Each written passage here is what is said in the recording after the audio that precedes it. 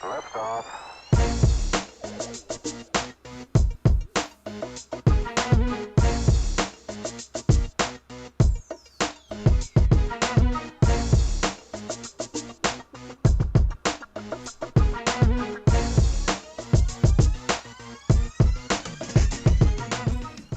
Hello, guys, and welcome to this live stream. This is my episode 5 of Kayak Fishing Straight Talk, live, unfiltered.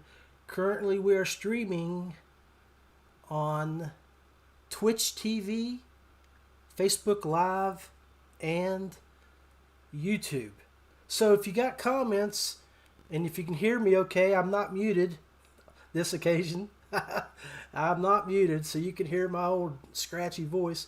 Throw up some comments for us and let us know you're here. Let us know what you're fishing out of, and what your favorite type of kayak bass fishing target is. Smallmouth, spots, whatever. We just want to hear from you. Down to the left, hit that share button. We appreciate you. Thank you, Harold. I appreciate that. I got your thing here. Chris Payne, thank you, brother. We're good. Chris Payne's going to be on here shortly, giving us some tips, tricks, and things of that nature. Now, I've got a good little setup here tonight. I've got a brand new kayak angler who's fresh as snow. He is joined. You like that, Nate? I know you're watching. You'll be on here shortly, Big Daddy.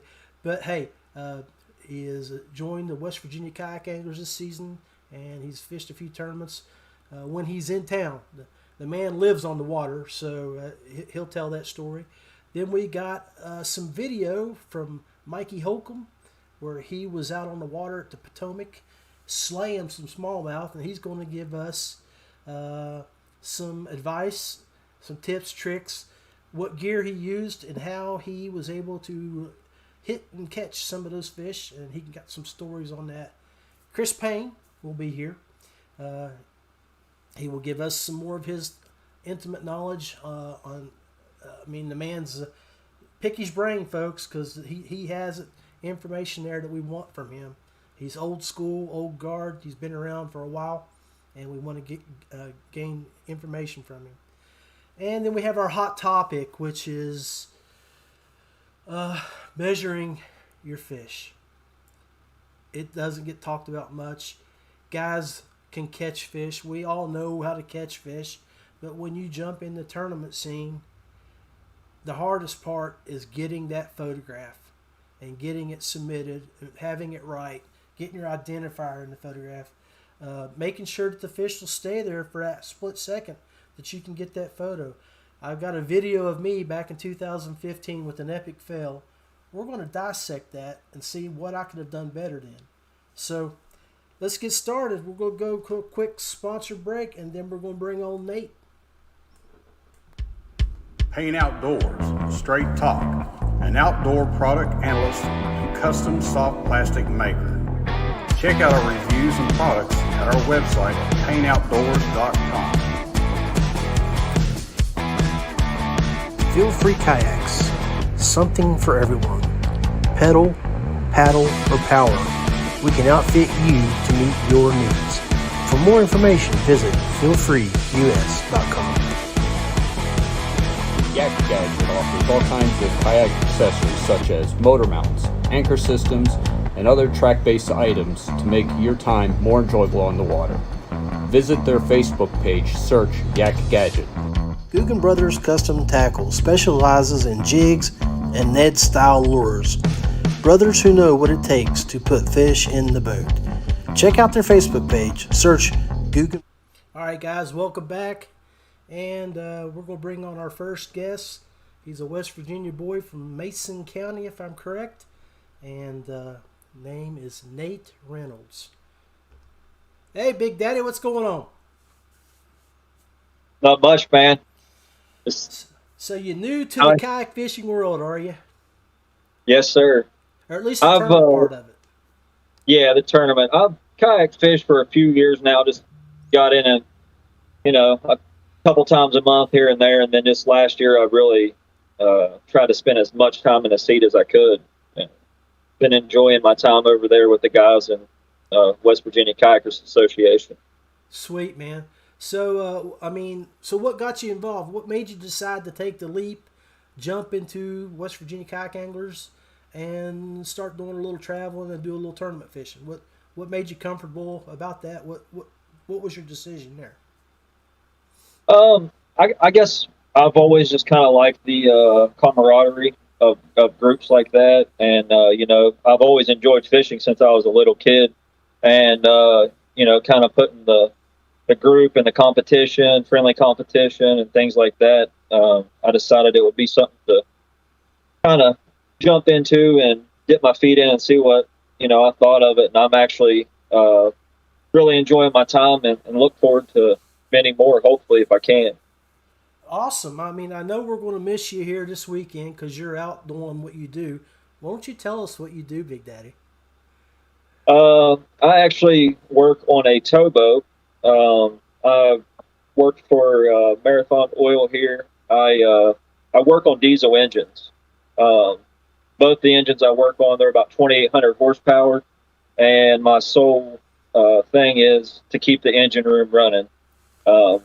Not only the engine room, but I also work for the Coast Guard with my tankerman license. I tank barges when we're at a dock like we are right now. So how many lines? How many lines do you have right now, Nate? How many lines out the back of the boat do you have trolling for smallies right now? None right now because I'm on this, but there will be two later. I was catfishing last night. It's not as good up here as it is down south, but it's still all right. Sweet, man. So, what have you learned so far? What's the hardest part that you found out, and what's the easiest part of running a tournament trail that you've learned so far? Man, I think the preparation, just making sure everything is spot on when you get there, and then knowing the area. I'm kind of limited on time, being able to pre-fish a lot of the places, which I wish I had more time to pre-fish before the tournaments. As far as the areas, a lot of these are new lakes to me. Even this year, stuff I've never even fished before, even living in West Virginia. I travel a lot when I'm home, and it sounds crazy, but I fish a lot in Florida also. So my time fishing in West Virginia has just been a struggle to get to know the bodies of water, and I hope as the years go on, I'll be more familiar with, the lakes and rivers. What do you fish out of? Right now, I'm currently fishing out of a Field and Stream Eagle Talon. It was a gift given to me to my wife, and I've got it decked out. I've done all the nooks and crannies to it, but I'm hoping, since I enjoy this so much, next year I can get into a pedal kayak or something maybe a little bit more stable. Ain't nothing wrong with that boat, man. As long as it puts you on the water, that's all that's important. So, what do you have normally tied on when you're fishing? What's your how many poles do you carry in your boat? I guess it depends on the body of water. Sometimes I will take. I got 6. Sometimes I'm upwards of 6 to 7 rods. And if I've only got a couple hours to spend out on a lake, and I really like to work on one specific lure or two, I'll take, the typical whopper plopper, Ned rig of some sort. I've got several Ned rigs, and then some kind of like reaction bait, top water reaction. And then, I'm going to different. That sounds like what I carry. I carry 4 myself, and you named 2 of them already. So. Yeah, and I'm a big fan of the chatterbait. Depending on the area, if there's wood, rocks, this and that, and crankbaits, another one of my. I'm a big fan of the 6 cents crankbait, so I usually throw those quite a bit also. Well, when we get together here later, man, you're going to have to give me some classes on that chatterbait. I am so I don't even want to look at it. I can't throw it. I don't understand it, so I got to learn, get some knowledge on that. So we got to talk on that. So, hey, I appreciate you coming on the show. I hope you're going to stick around. You're going to be part of our panel, all right? Yes, sir. Okay, well, stick around. We're going to go to a quick sponsor break, and then we're going to bring on Mikey Holcomb. Paint Outdoors, straight talk. an outdoor product analyst and custom soft plastic maker. Check out our reviews and products at our website, paintoutdoors.com. Feel Free Kayaks. Something for everyone. Pedal, paddle, or power. We can outfit you to meet your needs. For more information, visit feelfreeus.com. Kayak Gadget offers all kinds of kayak accessories such as motor mounts, anchor systems, and other track-based items to make your time more enjoyable on the water.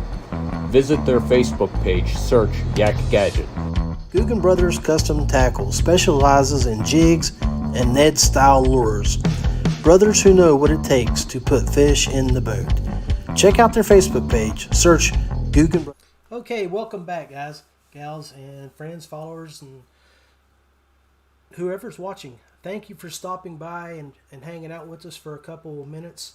I got a good buddy of mine now, Mikey Holcomb, and I was talking to him last week. Saw him post some video of what he had a pretty daggone good day down on the South Branch.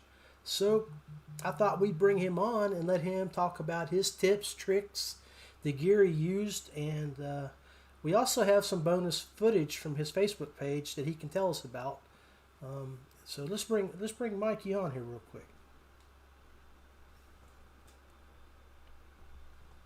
Mikey, welcome on, man. How you doing? Sounding good, baby. You're loud and clear.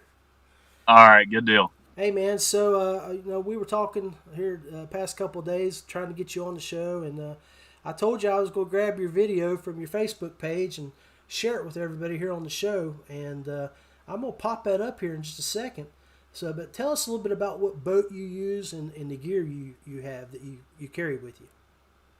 Okay, so I'm pretty. I'm not brand loyal to a fault, but I'm pretty brand specific. I run a Hobie PA14 for lakes and a Jackson Kuza HD for the rivers, and I only throw Shimano Stratix for my spinning setups, Lew's Hyper Mags for my casting setups, and all casting rods, Icons.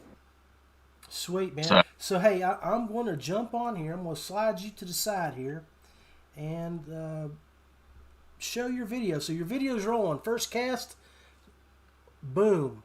What we have there? I think that was actually a 17.75 smallmouth. Was that a topwater bite, or did she hit something else? That was a 90 size whopper plopper. Sweet. Now you're in a second cast. You're real shallow, and you busted one on the right. We can see you dragging it across the rocks there, and you bring it in to get a photo. What was she? I think that was a 16.75 or a 16.5. Now third cast, you're throwing to the left side of the bank. You're reeling, and you get hammered. And then you're reeling that baby in, and she comes out of the water. And I see your net fly up. And then, wait, no picture. Hey, wait, I wish I could pause that. But tell us about that one, brother. That was a little current break. It wasn't really much of an eddy, but it was just a little slack water pocket on the left first thing in the morning. Pulled up there, I saw fish pushing bait fish up against the bank and tossed over there, and just got smashed, and then came airborne, and I had a picture of that fish, but it wasn't very flattering. I had two like that weren't the best angle out of a kayak. A lot of people, if you're watching this, you know how that goes. So well, how big was she? She looked pretty good size.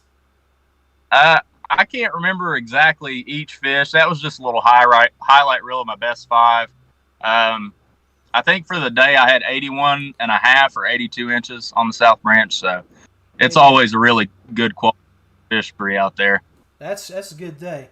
That's a real good day. So, yeah, man. So your setup that you were throwing that day, you were throwing your Shimanos, and what kind of poles are you using or rods? That is my whopper plopper setup, and I throw it so much that I have a specific setup for it for sure. It's a Cash and Icon 7.3 medium heavy, moderate fast, and I throw it. P-Line Tactical 15-pound fluorocarbon, and that is a Lew's Hypermag 8.3-1. So a lot of good information here, man. I bet that the guys are going to be like pausing this and writing stuff down so they can like set those poles up and whopper ploppers. I mean, you got some good setups there, man. So, do you throw any soft plastics? What do you did you throw any soft plastics that day? Honestly, John, since April, it's been hard to get away from a topwater bite in general. Whether it's a whopper plopper, a spook, a popper, it doesn't matter if it's bluebird skies. If you can find a shade line, a lot of people don't like fishing bluebird skies on the river, but I think it makes the fish really predictable.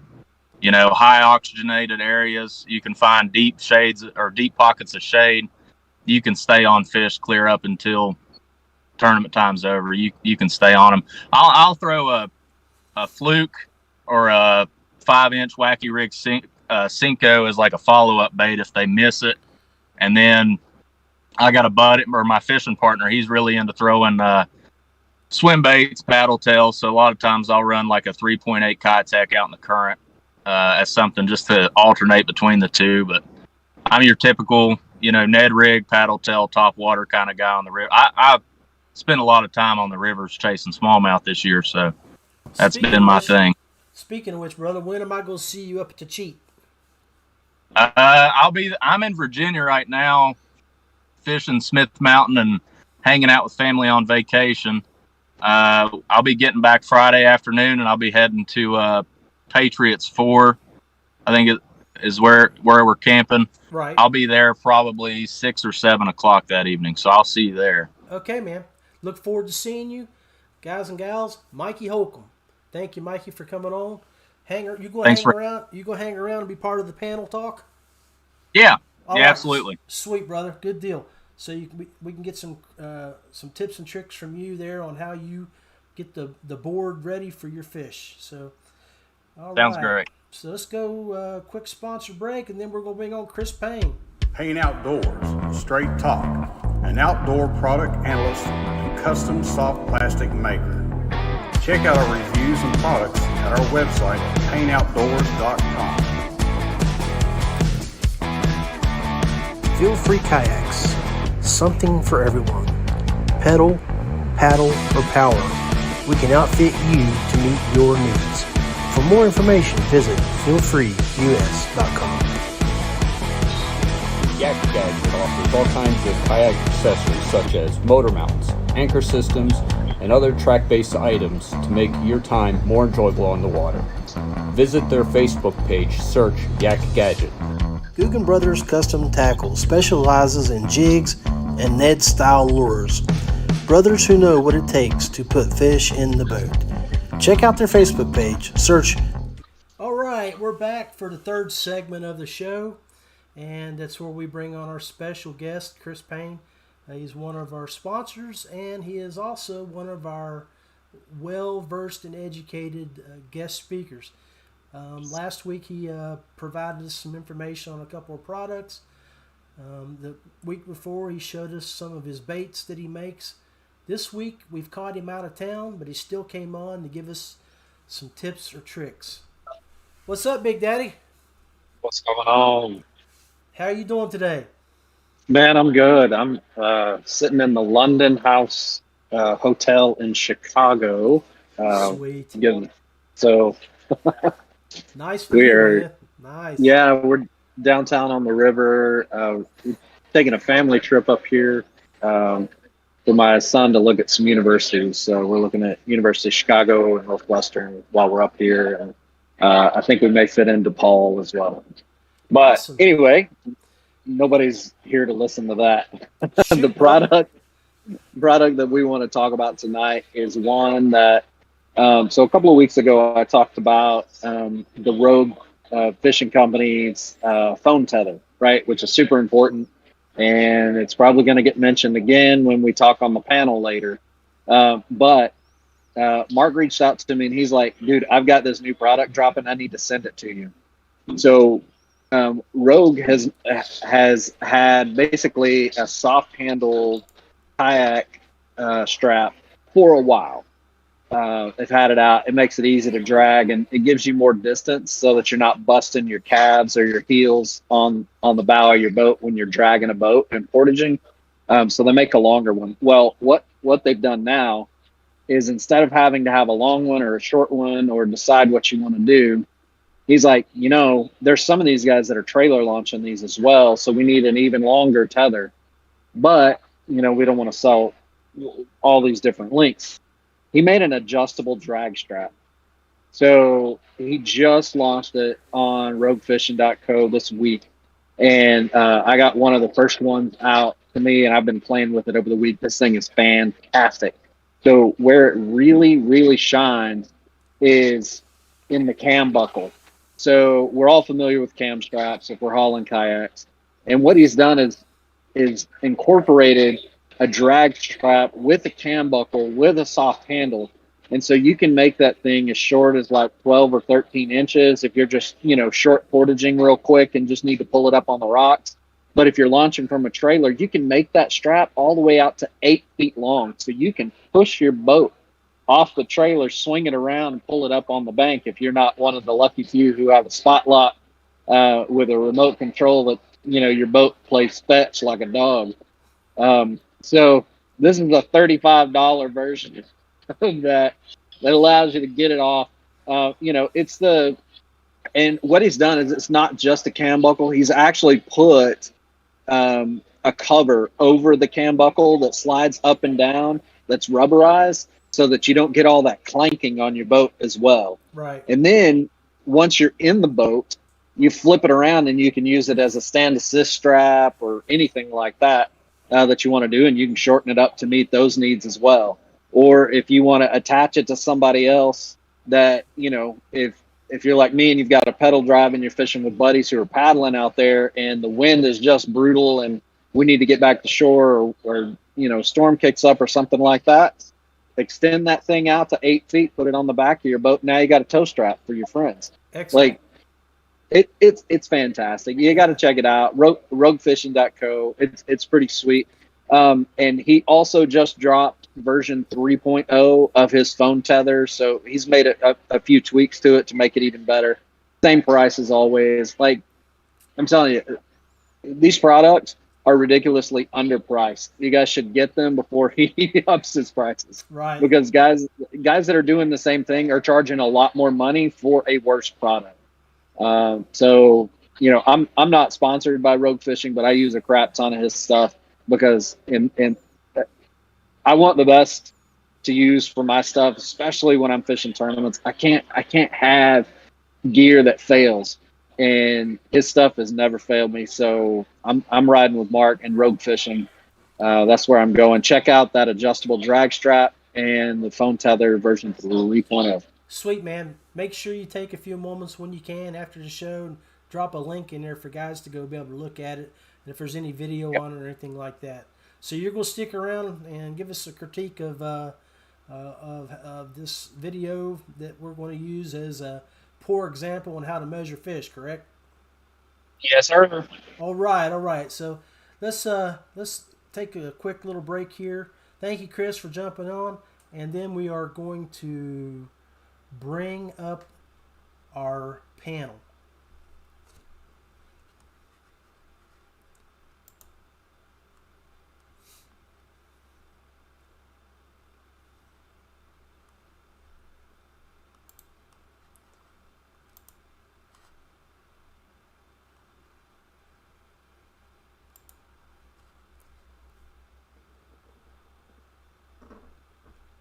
All right, guys, I'm back. I've got everybody set up. I believe we lost Mikey Holcomb for a moment. Hopefully he'll jump back on and give us his feedback. But what we'll do, there he is. He just jumped back on. So what we're going to do here is I am going to run a video. It's the Hot Topic video. These guys have got a chance to look at it, make notes. And we hope that you all will watch this video, chime in on the comments, and tell us what you do after you catch the fish to prepare yourself for your photograph. So let's take a look.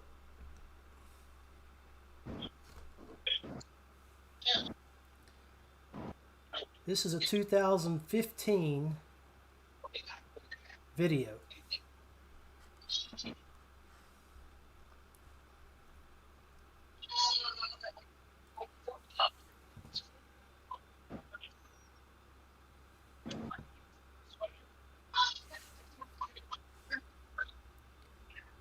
I am up at Pymatooning State Park at Pymatooning Lake, fishing with the Kappa boys. I'm pre-fishing, trying to find some fish, get some ideas.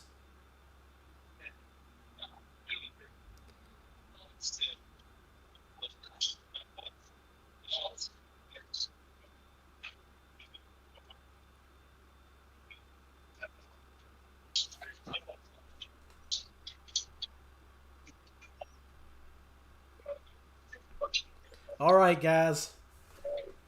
I shared it with them. They got a chance to look at my epic fail there from 2015. So, let's start with you, Chris. All right. You got a chance to watch that video. And besides just the video, what do you do after you catch the fish to prepare it for a photograph? So first thing, you need to have a net. Like, a net can be your saving grace. I don't care how small that fish is. When you're fishing in a tournament, you need a place to stage that fish to let him chill out. So I get the hook out of my fish inside the net, and then I take that fish, I give the net a flip over the top so that he can't get out. It's a lid, and I put his butt back in the water. A floating net really helps with that. So like Forever Last makes a floating net. It's $20. You should probably get one. They also make a yak net that I showed a while back. It's $35 with a longer handle. You should get that, but you got to let that fish chill out. Right after that, and then I'll stop talking after this one. Right after that, I'm guessing it was hot because you had your glisten on, right? You had the hat backwards, your arms were a little shiny, right? So it was hot. You took that hot freaking plastic board and you put that fish right on it. That's like putting your bare feet on hot asphalt. That fish was bound to try to get out of there. You were holding him for a second, and he's like, no more, no more, no more. He didn't want to be a waffle, right? He didn't want that tattoo or those lines on him. He was like, I'm out. So Yeah. that's the first two things I saw. And right after that, man, that phone without a leash on it, that's $1,000 mistake waiting to happen. And that's happened twice before I used to use my Tandem floaty cases. So, yeah, excellent points. Hey, Nathan, rookie, tell me what you think. This looks like me 3-4 months ago. No. Yeah, basically the same thing. Just the leash is on the phone and that hot board and things, and I guess preparing and having everything ready for the picture when you're ready to take it, instead of trying to, I've learned that the hard way myself. It's been like what Chris said. I hook them to either a donkey leash or a fish grip when I put them right back in the water after I unhook them. I don't normally carry a net unless I'm going on waters that have muskie. But the other thing that in that video, if y'all might have pointed out, is I put that fish up on my lap, and if any place it's going to go, it's not going to fall back into the boat. Like, I got lucky that it did, but then it used its momentum to flop right out. And I had my paddle right across my lap, so it limited my movement. So that's one of the things. I stage everything now. I don't have anything in the way. I put the fish and the board down in the gunnels of the boat, and I put my leg up. So if it's going to jump over my leg, it's got to go a good 12, 13 inches from the bottom of the boat over my leg. That's one of the things that I do. But Michael, what did you see, buddy? The fish on the lap made me cringe because last year I fished 3 events because I was still fishing out of a boat, and I think all 3 events that I fished live, all 3 events I lost fish off the board that put me out of the top 10 or cost me money. And my biggest mistake last year was keeping my board on my lap, and I've gone away from that this year. Knock on wood, I've fished 180 miles of river this year, and I have not lost the smallmouth. And same thing you were talking about. I put the edge of my catch board up on my gunnels. That momentum keeps that fish, makes it want to close its mouth. I net that fish, unhook it, and it goes straight on grips. And then, as Chris was talking about, I keep a rogue fishing tether. In my NRS pocket with my phone. So fish is on. I already have it unzipped. I have it just hanging there ready. Fish is on board. Boom, it's done. Put the fish back on grips. Look at my picture, and as long as it's good, I usually get a selfie, release, whatever. But that's it. Yeah, that's he the said. other thing. That's the other thing is that even before I pull the fish out of the water, I've already got my camera activated, because we all know that when you reach down to get the fish out of the water, sometimes your fingers will get a little wet, and that touch screen doesn't like wet fingers. So Yeah. you already have it ready. You slap it down on the board. You have it. You snap it. Boom.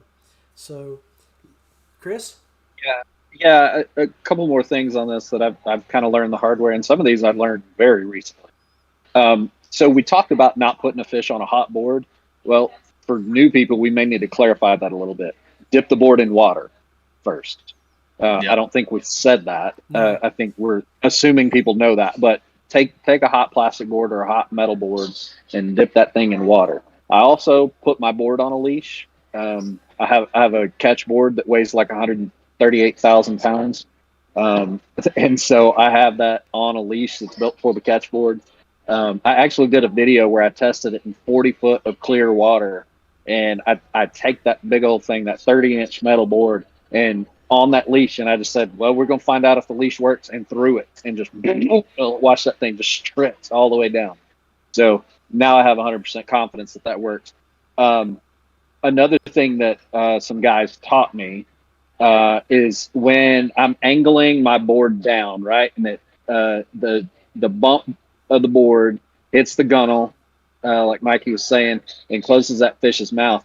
Well, what I do now is I put that net up tall, and then put that on the base of the net, slanted like that. That way, if that fish jumps, his momentum, the only way he's going to be able to jump is into that net. Right. It's another reason for carrying a net. And then the third thing on this is we didn't really see identifiers or anything like that. And so I think having your identifier ready, whether that's on your hand and making sure your sleeve's rolled up, or if you've got one of the clips or a card or whatever that is, having that ready before you put the fish down is handy. And then the last thing I would say is if you're shooting multiple fish and you're not going to be able to submit them right away. So sometimes we fish in areas that don't have great cell service. You want to separate those pictures so you don't accidentally DQ one of your fish by submitting the same fish twice and possibly your whole entry. And so what I do is I shoot my pictures and then shoot a selfie, or shoot my picture and shoot a landscape of the sky or something like that, so that when I'm scrolling through, I can tell there's separation. This is fish one, this is fish two, this is fish three. And even on top of that, what you can do is after you scroll through, and you may have 20 pictures, favorite your top 5. That way they're in your favorite folder, and you can go right to the favorites, and there's the 5 fish that you're going to upload. So dig it. Nathan, you got anything else, Big Daddy?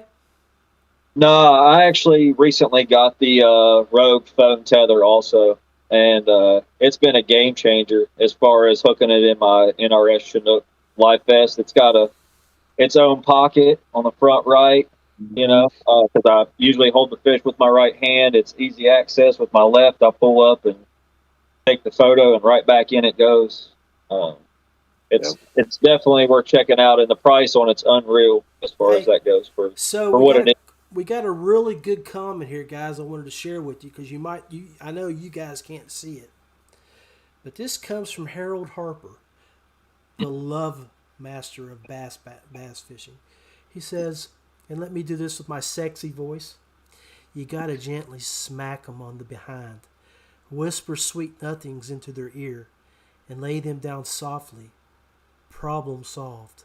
Problem staying solved. Smiley face.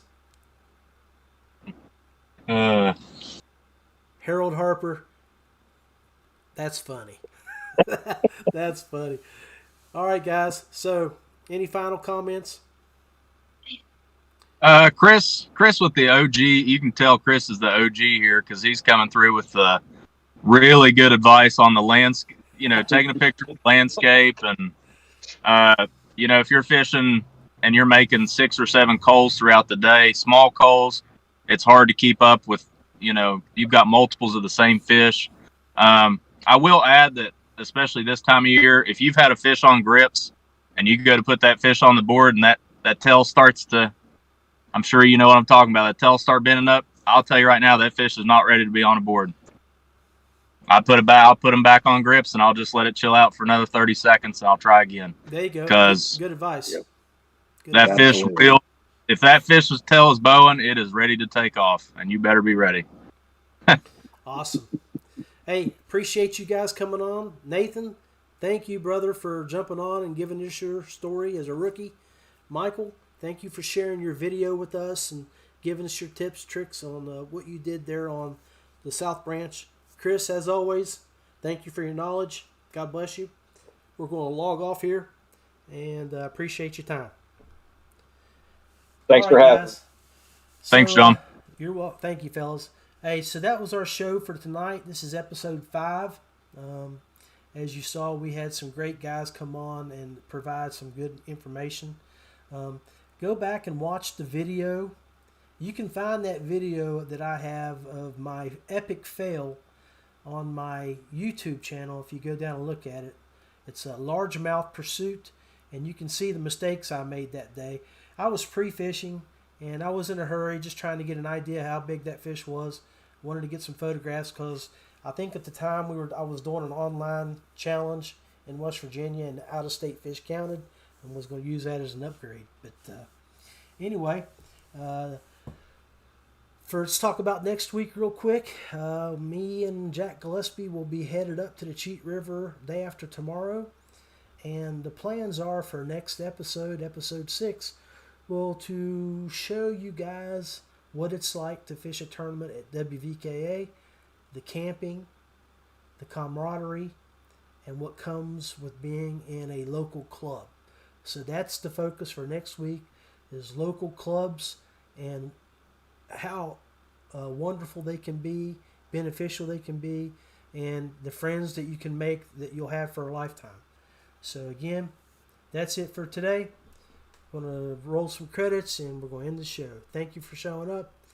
And again, John Rapp, God bless.